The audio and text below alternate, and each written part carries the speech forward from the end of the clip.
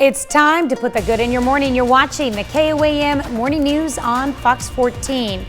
Key West was a buzz over the weekend for Hemingway Days. We have the winner of the Hemingway Look-alike contest coming up. I got that gray hair, but the kids can't rock the beard. That's my problem. We've got a problem as well when it comes to heat.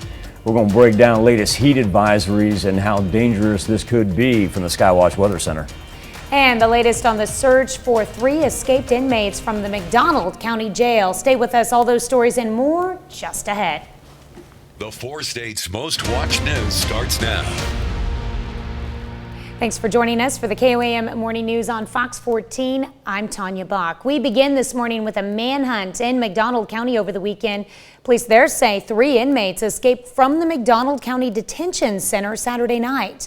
Officials say these 3 men, Shontavion Thomas, David Molina, and Carmelo Burgos, have still not been located. The last known sighting of the inmates was a short distance south of the McDonald County Sheriff's Office around 5:10 Saturday night. The Sheriff's Office says all 3 are considered armed and dangerous and were being held for violent offenses. If you locate them, call 911 immediately. Do not try to apprehend them. Authorities are asking everyone to lock and secure their homes, outbuildings, and vehicles. Female detention officer who was attacked sustained minor injuries during the escape and is recovering at this time. 11 people from the Joplin area have now been federally indicted following the discovery of the body of a woman in Mayes County more than a year ago. According to officials, the 11 defendants were involved in either the kidnapping and resulting death of Jolene Walker Campbell or with threatening witnesses and concealing evidence to cover up their crimes. The 11 people charged are Chloe Stife, David Morris, Brianna Sloan, Morgan Bowman, Sarah Humbard, Megan Deathridge, Ariel Devine, Trey Akerson, Lane Bronson, Jacob Schreibner, and Kimberly Grissom. There are 14 total counts in the indictment, each defendant facing different charges. The charges stem from the discovery of Jolene Campbell's body on July 5th of last year in a remote field in Mayes County within the boundaries of the Muskogee Nation. Officials say Campbell's death happened sometime between July 4th and 5th of last year. This time, all but 2 of the defendants are in custody or on pretrial release. Jacob Schreibner and Kimberly Grissom remain at large. A 10-year-old girl from Tulsa drowned at Flint Creek Water Park Saturday in Delaware County, Oklahoma. Officials with the Grand River Dam Authority say the girl was with family near Low Water Dam. Officials believe she was left alone for a short time and went missing. She was a non-swimmer. Her body was recovered just before 3 p.m. on Saturday. The Delaware County Sheriff's Office is leading the investigation. A statue honoring a local restaurant owner's grandmother who passed in the Joplin tornado is stolen. The butterfly statue sat right in front of Stogie's Coney Island in Joplin. The restaurant's manager says the statue was a tribute to her late grandmother, who died during the 2011 Joplin tornado. She says the statue has been missing for almost 2 weeks and is asking the public to help her family locate it. We noticed it was missing about the second week of July, and my mom was really upset because that was her mom that passed away in the tornado, and and then I waited a couple of days till I posted it. But we've had a really good response from everybody, just sharing it and concerned, and I think it's because it touched so many people's lives. She says if anyone knows the whereabouts of the statue, to contact the restaurant directly, and that their goal is not to get anyone in trouble. They just want to get their butterfly back. Saturday's sunny weather made for a good day at the farmers market, and that's exactly what plenty of 4-staters were up to in Neosho. There was no shortage of local produce and other foods, locally made crafts and other fun gifts, and even some live music for visitors to enjoy. One of the vendors stepped away from selling fresh baked bread and other treats to tell us what makes meeting prospective customers at the farmers market such a valuable experience. The best part about markets for me is interactions with the people, and meeting hundreds of new people in a day is it's great. You get to see where they come from, what they're doing, and just have a great conversation is a fun time. If you'd like to learn more about the Reddings Mill Bread Company, you can check out this article on KOAMnewsnow.com. The Neosho Farmers Market happens every Saturday from 9 a.m. till noon, May through October in downtown Neosho. Jasper County Emergency Services is asking for a sales tax increase to fund much-needed countywide upgrades. The existing sales tax has not been updated since it was approved 27 years ago in 1994. The existing tax, as approved, is 0.1%. It was developed to bring 911 services to the county. Now they're asking for an increase to 0.25%. Officials say the increase is necessary to fund equipment upgrades and improve 911 response. Traffic alert this morning for those traveling in Joplin this week. The city of Joplin says 4th and Geneva will be closed beginning today. The closure is expected to last until Friday. Officials say the closure is to allow stormwater work to be completed to help with drainage issues. Following the pipe installation, crews will overlay the road. Drivers are asked to take a different route to businesses in that area. Right, the story Michael's been waiting for. A 63-year-old Georgia man has won the Hemingway Look-alike contest. Highlight of Key West annual Hemingway Days salute to author Ernest Hemingway. Zach Taylor, an electrical and plumbing supply company owner from Ambrose, triumphed over 136 other entrants in the final round of the contest. Taylor said he shares Hemingway's passion for fishing, hunting, and the outdoorsman lifestyle. Lookalike contest entrants were judged by past winners at Sloppy Joe's Bar, Watering Hole frequented by Hemingway. Hemingway Days honors the literary legacy and vigorous lifestyle of Ernest Hemingway, who lived in Key West for most of the 1930s. I'm not allowed to say anything. To stand in there? So, Are you talking about Sloppy Joe's? no, I'm talking about Ernest Hemingway. Oh, Your mother taught American literature most of her life. I'm not allowed to say anything about Ernest Hemingway. oh. Right. For those of you that haven't read Old Man and the Sea, like if you want to waste 2 hours of your life, go ahead. It's cool. No bigs. Right? I'm just sad because I Right? was in Key West on Monday and I missed that exact location by 4 days. So, For whom the bell tolls. I mean, what do you want me to say? Yes, he was important to American literature. and spent a lot of time in Key West, where he lived. And caught a fish A big that fish. was eaten by the time his character got it back. Spoiler alert! Up next, longer lines for COVID testing create a stir for Florida residents. Do you really not want me to do the weather? We can. I was just trying to change it. The subject. Why? Are you afraid to talk about Ernest Hemingway? Are you afraid of the backlash you're going to get on Facebook? No. Oh. I'm just saying for if I was going to spend time reading, give me Thomas Hardy, give me Bernard Malamud, give me something that's interesting. But you can't judge him until you try him, so there you go. My mom made me read all these. I've tried. Oh, I've tried, Tanya. Maybe you were too young when you read them and should wait and then read them when you were Hemingway's age writing them.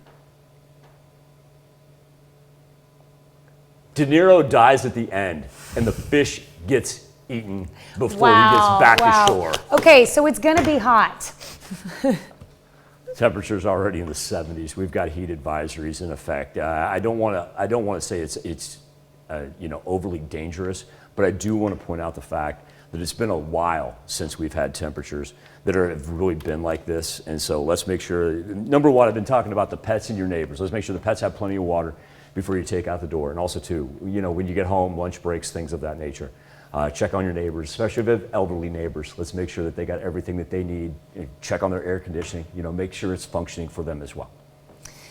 All right, well, coming up, longer lines for COVID testing create a stir for Florida residents. We'll have that story. And college athletes can now profit from use of their name and likeness. We'll have reactions coming up. You're watching the KOAM Morning News on Fox 14.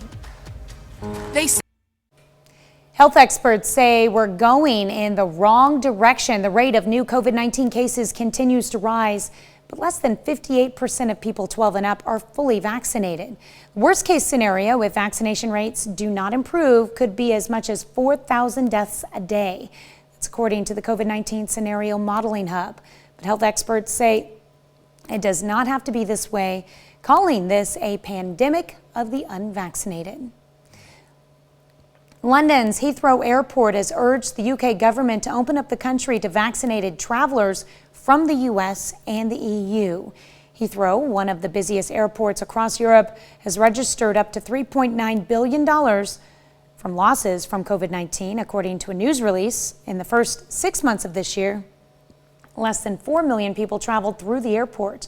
Total number of travelers in 2021 could be fewer than what was registered last year, the airport adds. Long lines in Florida as many wait to take COVID test or get the COVID vaccine as cases in the Sunshine State skyrocket once again. Stephanie Bouffamont reports. Long lines at Barnett Park as people rush to get tested for COVID-19. The demand for testing going up and up. The demand has definitely increased recently. There's no doubt about that. 1,600 people in Orange County got a test at the site on Friday. Delisa Craig, working at the site Saturday, tells me as of this afternoon, they were on track to see the same numbers today. For a while, the demand was a little bit lower, and we're seeing some of the same numbers we saw some months ago. Not only have we seen long lines here at Barnett Park for people who have come to get a COVID-19 test, we've also seen lines for people who want to get the COVID-19 vaccine.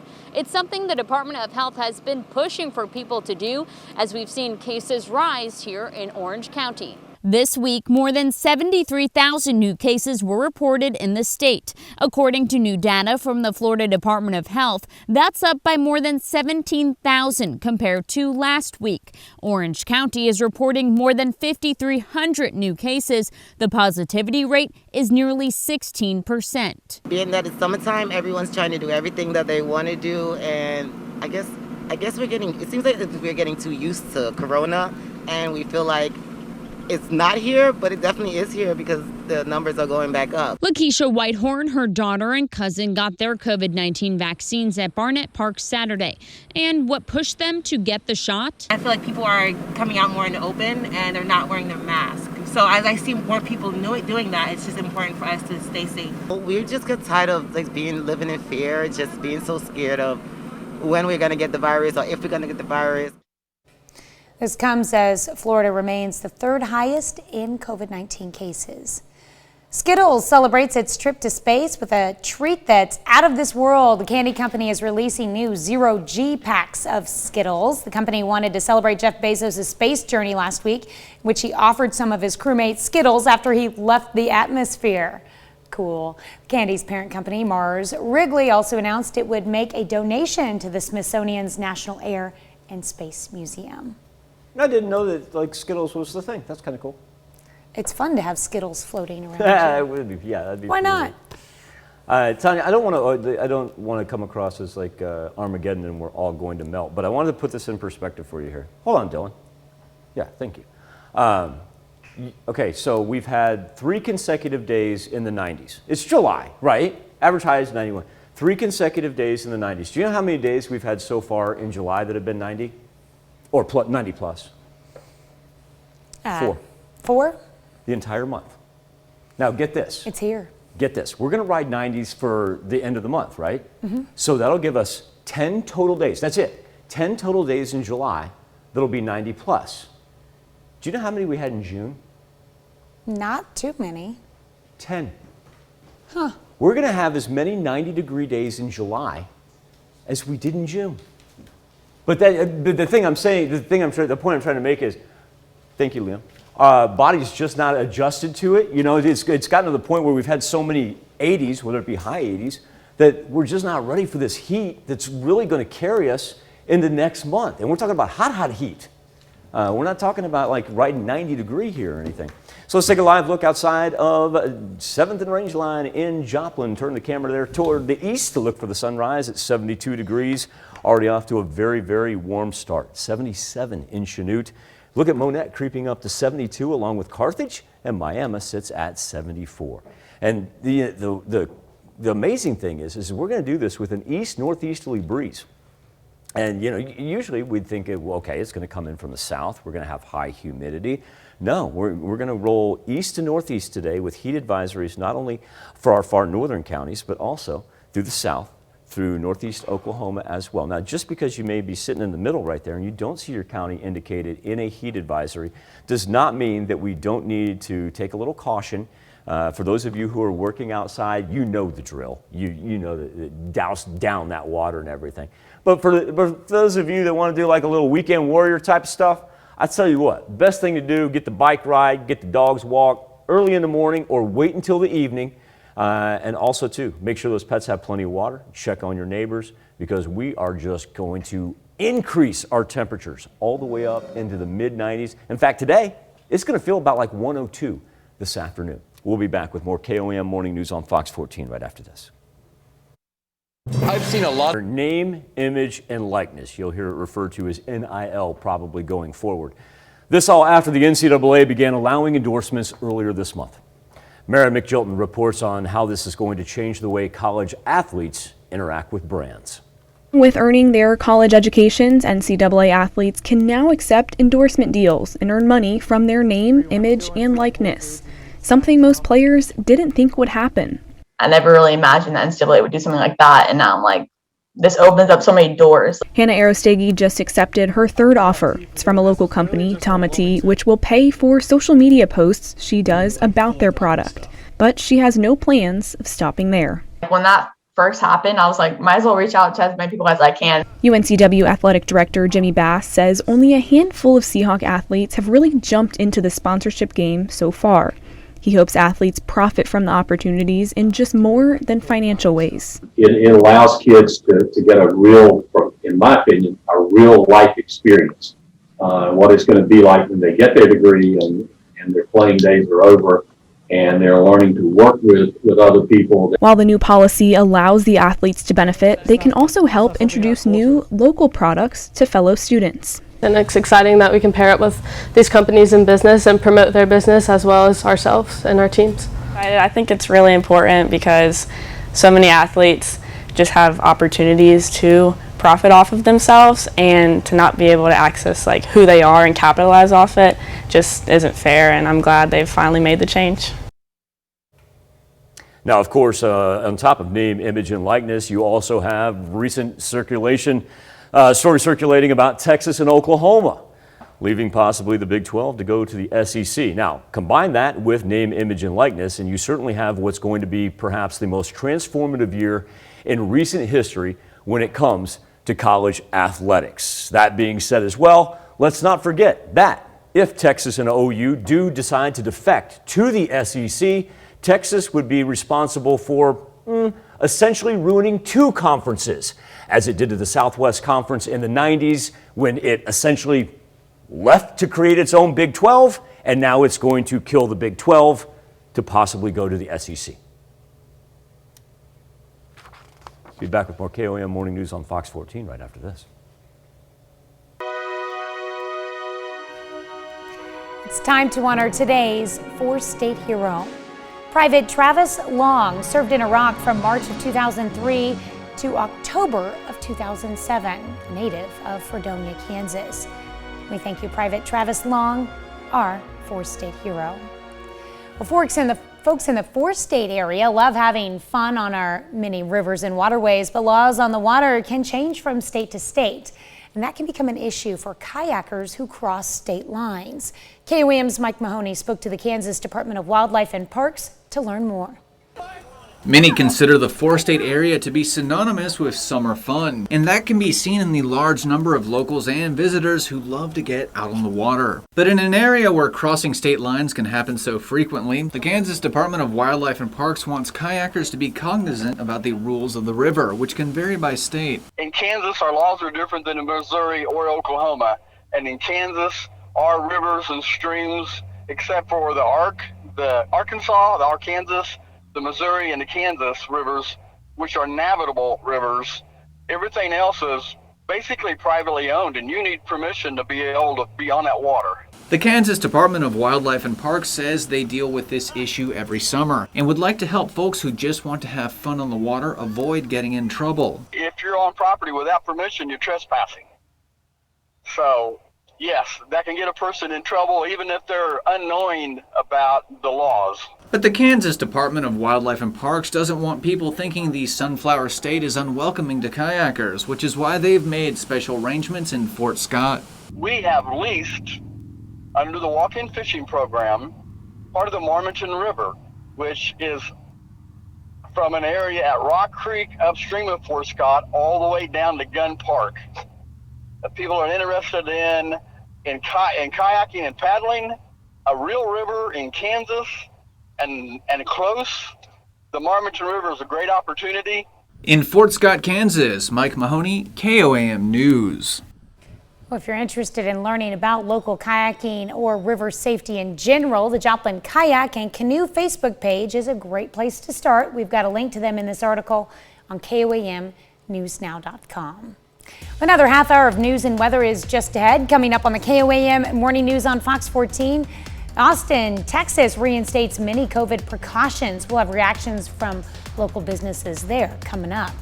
And Disney is moving thousands of jobs from California to Florida. We have the motivation for the move in our next half hour. You're watching the KOAM Morning News on Fox 14. We'll be right back. Four States' most watched news starts now. Welcome back to the KOAM Morning News on Fox 14. It's currently 7:30. Let's take a look at today's top stories. We begin this morning with a manhunt in McDonald County over the weekend. Police there say 3 inmates escaped from the McDonald County Detention Center Saturday night. Officials say these 3 men, Shontavion Thomas, David Molina, and Carmelo Burgos, have still not been located. The last known sightings of the inmates was a short distance south of the McDonald County Sheriff's Office around 5:10 Saturday night. Sheriff's Office says all 3 are considered armed and dangerous and were being held for violent offenses. If you locate them, call 911 immediately. Do not try to apprehend them. Authorities are asking everyone to lock and secure homes, outbuildings, and vehicles. A female detention officer who was attacked sustained minor injuries during the escape and is recovering at this time. A 10-year-old girl from Tulsa drowned at Flint Creek Water Park Saturday in Delaware County, Oklahoma. Officials with the Grand River Dam Authorities say the girl was with family near Low Water Dam, and officials believe she was left alone for a short time and went missing, and she was a non-swimmer. Her body was recovered just before 3 p.m. Saturday. The Delaware County Sheriff's Office is leading the investigation. A statue honoring a local restaurant owner's grandmother who passed away in the Joplin tornado has been stolen. The butterfly statue sat right in front of Stogie's Coney Island in Joplin. The restaurant's manager says the statue was a tribute to her late grandmother who died during the 2011 Joplin tornado. She says the statue has been missing for almost 2 weeks and is asking the public to help her family locate it. She says if anyone knows the whereabouts of the statue to contact the restaurant directly, that their goal is not to get anyone in trouble, they just want to get their butterfly back. The Joplin School District will be taking up vaccine incentives for staff at tomorrow's meeting. Superintendent Melinda Moss will be presenting an option for vaccine incentives to staff who voluntarily show their vaccine cards. If they do, staff would receive a $25 payment, and the district would provide the chance at 4 $2,500 gifts. If approved, it's estimated it would cost the district about $35,000, and if substitute staff is included, it would add around $8,800 to the cost. A COVID strike team has arrived in Springfield, Missouri. That's the state's disaster medical assistance team, the one that normally responds to severe weather disasters like tornadoes. But it's now offering monoclonal antibody infusions. It's in response to the overwhelming surge of new cases in the state. The treatments are laboratory-produced antibodies intended for moderate cases to keep them from becoming severe. The latest versions of the monoclonal antibodies are not fully FDA approved. They've only been approved for emergency use. Joplin residents will also be voting on a sales tax question in a couple of weeks. Voters will decide whether or not to renew a 1/4-cent sales tax for parks projects and stormwater improvements. Residents originally passed the initiative in 2001 and renewed it in 2011. It's now set to expire at the end of March of next year. There's money now with this renewal for stormwater to maintain a lot of the ditches and runoff areas that make our stormwater system work efficiently, and that money is also set aside in the stormwater portion. That election will take place August 3rd. A new motocross track is coming to Southwest Missouri. Bo Johnson's grandkids took some time to enjoy riding their mini bikes on it over the weekend. They're part of why he's building the four-state moto complex. It'll be located between Joplin and Neosho, just south of Iris Road. For an outdoors family, giving area riders somewhere to go is ideal. I have 5 of the greatest grandkids in the world, and all of them happen to be boys. So anything that we could do as a business to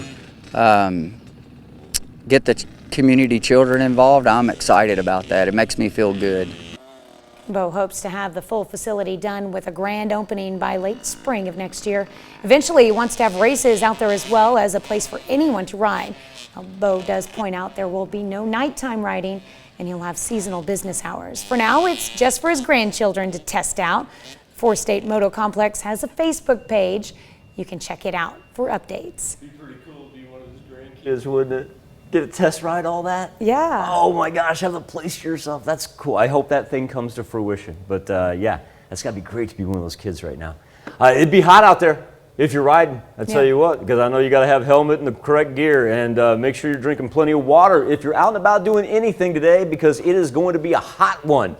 Live look outside of Television City as the sun beats down on us, and we're already sitting at 72 in Joplin. It's Chanute up to 77 degrees, and it's not even 8 o'clock yet. 72 in Carthage, 74 in Miami, and a pair of 75s in Fort Scott and Nevada. You can watch the wind shift out there. Look at those arrows turn on us out to the west, and so it's an easterly breeze that, I don't want to say oddly enough, but it is going to work in from the northeast, but it doesn't slow us down. Heat advisory up to the north, heat advisory down to the south, and even if you're in the middle, please know that it is going to be a hot one, as our temperatures are going to be up into the low 90s. And go ahead and tack on about 8 to 10 degrees.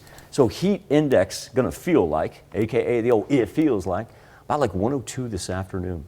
Any rain that we do see is going to be quick raindrops that work in from the south. Certainly nothing widespread, just those afternoon pop-ups that we get every now and then. But our key factor for this week is we don't slow down on the thermometers. We're up into the mid to high 90s here by the time we get to the middle of the week. We'll be back with more KOAM Morning News on Fox 14 right after this.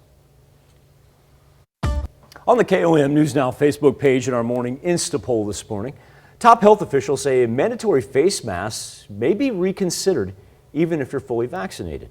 It's the result of the widespread Delta variant spreading predominantly among unvaccinated Americans. Now, as of we stand, CDC still says fully vaccinated people don't need a mask indoors, but officials say states do have the ability to enforce mask mandates if local rates of infection and hospitalizations rapidly increase. Our question to you specifically is, should mask mandates return in the fall? Right now, and we've been pretty consistent on this. 54% of you say no.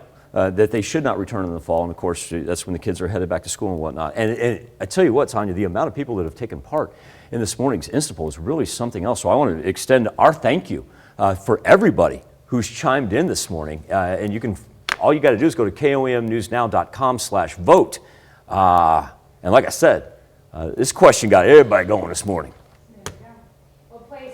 Putting all that into practice is Austin and Travis County in Texas. Now, many businesses are bringing back their mask policies right after the health officials there reinstated stage 4 of COVID-19 precautions. Lindsay Ragus has the reaction from local Texas businesses. Going into a local business may look a little different than it did a few days ago. We just knew that it was the right decision to make. Some businesses like Main 3 Hair Studio are requiring masks after learning about the uptick in COVID-19 cases and the move to stage 4. This is what we feel is best for us and our clients. Co-owner Ashley Brady says her job can't get done 6 feet apart, which made it easy for all 3 co-owners of the salon to follow the city's health recommendations and require face coverings. We're confident in what we're doing is working and keeping people safe, but when there are unknown variables, you can't know for sure. You can only do what you can do. An unknown variable, the Delta variant, is the reason St. Edward's University announced face coverings will be required starting Monday. Regardless when and if other schools and businesses will bring back their mask policy, some have already put their mask back on. It definitely stops the spread, whether you're vaccinated or not. Definitely concerned about breakthrough cases. After news broke about the breakthrough cases, Jim Walwork, owner of Dry Society, didn't hesitate to bring back a mask policy for staff and customers, whether vaccinated or not. We want to do whatever we can to make sure that when they come in here, they can feel confident. Walwork is hoping by doing his part as a business owner and seeing other businesses do the same, it will stop businesses from having to close down for a second time. We certainly don't want it to hit to that level and have anything closed down, but if it does happen, we'll make adjustments. The reinstatement of masks comes as COVID-19 cases surge throughout the U.S. due to the Delta variant. We'll be right back after the break. One of Southern California's biggest, most profitable companies is packing up thousands of its highest paid workers and moving them to Florida. They say California is just not business friendly enough. Candace Crone has the story. Ask anyone what's the happiest place on earth. Without a doubt, the answer will likely always be Disneyland. The company that's created magical experience for both kids and adults for decades announced it will be moving some 2,000 Walt Disney jobs from the Burbank-Glendale area to Orlando, Florida, to cash in on $580 million in tax credits that will be paid out over the next 19 years. The jobs include positions in finance, human resources, technology, communications, and Imagineers, with average salaries of $120,000. The company said it favors Florida for its business-friendly climate, better housing prices, lower income tax, less crowded schools, and better roads and less traffic. Loyola Marymount professor Fernando Guerra says, ultimately, the move comes down to money. Capital and corporations are not loyal. They are not people. They don't have emotions.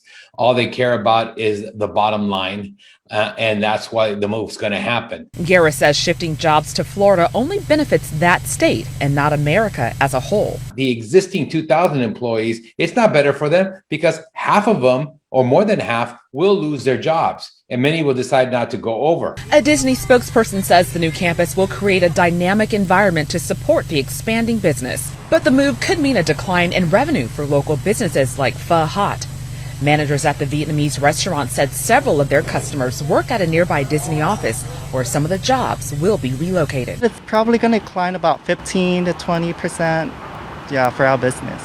And hopefully we'll get more customers. A company spokesperson said with the Walt Disney World Resort and other key offices located in Orlando, the move only makes sense. That was Candace Crone reporting. More consumer product companies warn of incoming price hikes. Unilever, the parent company of Dove Soap, Hellmann's, Ben & Jerry's, and Lipton, says it will raise its prices on popular items. The company says supplier costs in crude oil, palm and soybean oil, as well as transportation and packaging costs, are increasing prices on some consumer goods. Surging demand for everyday items like food and gas have left many companies struggling to meet demand, which has resulted in price hikes for a number of products. Well, Delta Airlines continues its reign as the best airline in America. For the third consecutive year, the Points Guys ranked Delta as the best airline for overall experience. The report looked at statistics from April 2020 to March of 2021 based on the rankings of 4 main categories: reliability, experience, cost, and loyalty. Southwest Airlines came in second, getting the highest customer service rating. And United Airlines finished third. Spirit, Frontier, and Allegiant Air finished at the bottom 3 in the report. A Biden administration plan could help alleviate future computer chip shortages with a large federal investment. The president wants to invest $52 billion for semiconductor chip factories in the U.S. The proposal would open 6 to 8 factories over 18 months within the U.S. after President Biden signed the Innovation and Competition Act into law. $250 billion Act for Science and Technology is eventually expected to pass the House. The auto industry has especially been hit hard by recent chip shortages. It's forcing major companies to lay off workers, delay vehicle completion, or defer chip installation to dealers when available. We'll be right back with more after this, but first let's take a look at the market prices before the opening bell.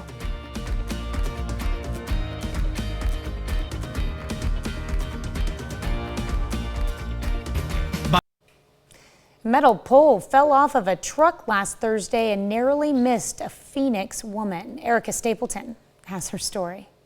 My whole body felt like pins and needles. Scarred and shaken. It hasn't all sunk in yet. But still a survivor. And I remember the paramedics telling me, I can't believe you're alive. I can't believe you made it through this. You're so lucky. Mandy Poff about to get off the 51 at Thomas when a white work truck in front of her hit a bump and a 4-foot metal pole in their trailer flew out, bounced onto the ground, and straight up into Mandy's windshield. Glass just showered down on me. The pole impaling her car, missing her head by inches. Like I can picture it coming by my face and that feeling, and that's hard to get out of your head. A driver behind her pulled over and called 911, while Mandy called her husband Justin. I wanted my whole life with this person, and even the idea of it being cut short is terrifying. It's hard not to get angry. Especially because the driver carrying that metal pole didn't stop. It's incredibly frustrating. Mandy hasn't been back on the road and can't bring herself to look at the photos. Yeah, I'm terrified to get back in my car. All she can do is move forward, scarred and shaken, but still a survivor. If he would have just taken a few minutes to secure his load, this wouldn't have happened. Man, she is very lucky, and that had to be so scary. I just can't fathom. Yeah. Yeah, like the reporter said, that she hasn't come to grips with it. I don't know how you do. Yeah, I don't know. When she does get back in a vehicle, she's probably gonna, like any vehicle carrying thing, she's gonna stay completely clear of them. That's good. That's one of those things that I understand how that lingers. Current conditions over 7th and Rangeline. It's a hot one. It's already, we had 70s pre-sunrise. Now we've been kind of stagnant temperature-wise, but you'll notice Chanute's already up to 77, Neosho at 76. A whole bunch of 72s throughout southwest Missouri, both Carthage, Monette, and then Miami at 74 and 75 up in Nevada. And we're doing this. Look at the left-hand side of your screen. Look at the wind shift coming in from the east and eventually actually coming in from the northeast later on this afternoon, but it doesn't do anything to us temperature-wise because we've got heat advisories to the north and the south and everybody in the middle as well. Please know it's going to be a little bit of a scorcher. Now the severe thunderstorm risk map, you see the bottom of our counties there. That's a chance for some pop-up rain this afternoon. That's all that is. Really, it's the far north that's in the severe thunderstorm risk zone. And we've got that low pressure system. That thing's just lingering right off the Georgia-Florida line. It's been there since last week. Conditions have not become conducive to make that a tropical storm. But we're going to keep our eyes on it because, like I said, it's just sitting right there. Our future track, there's that rain I was talking about. Anything that just pops up, get 5 to 10 minutes is about all it equivocates to, and then it's gone. What we really need to concentrate on this week is going to be the heat because 92 today, and then look at this. We keep on going up 93, 94, all the way up to 96, and tack on 10 degrees each and every afternoon as far as what it actually feels like. And so we'll see widespread heat advisories here by the time we get to Thursday. We'll be back and wrap up this edition of the KOAM Morning News on Fox 14 right after this. Welcome back to the KOAM Morning News on Fox 14. Here's what's happening today. In Washington this week, a House committee will begin investigating the deadly January 6th assault on the U.S. Capitol.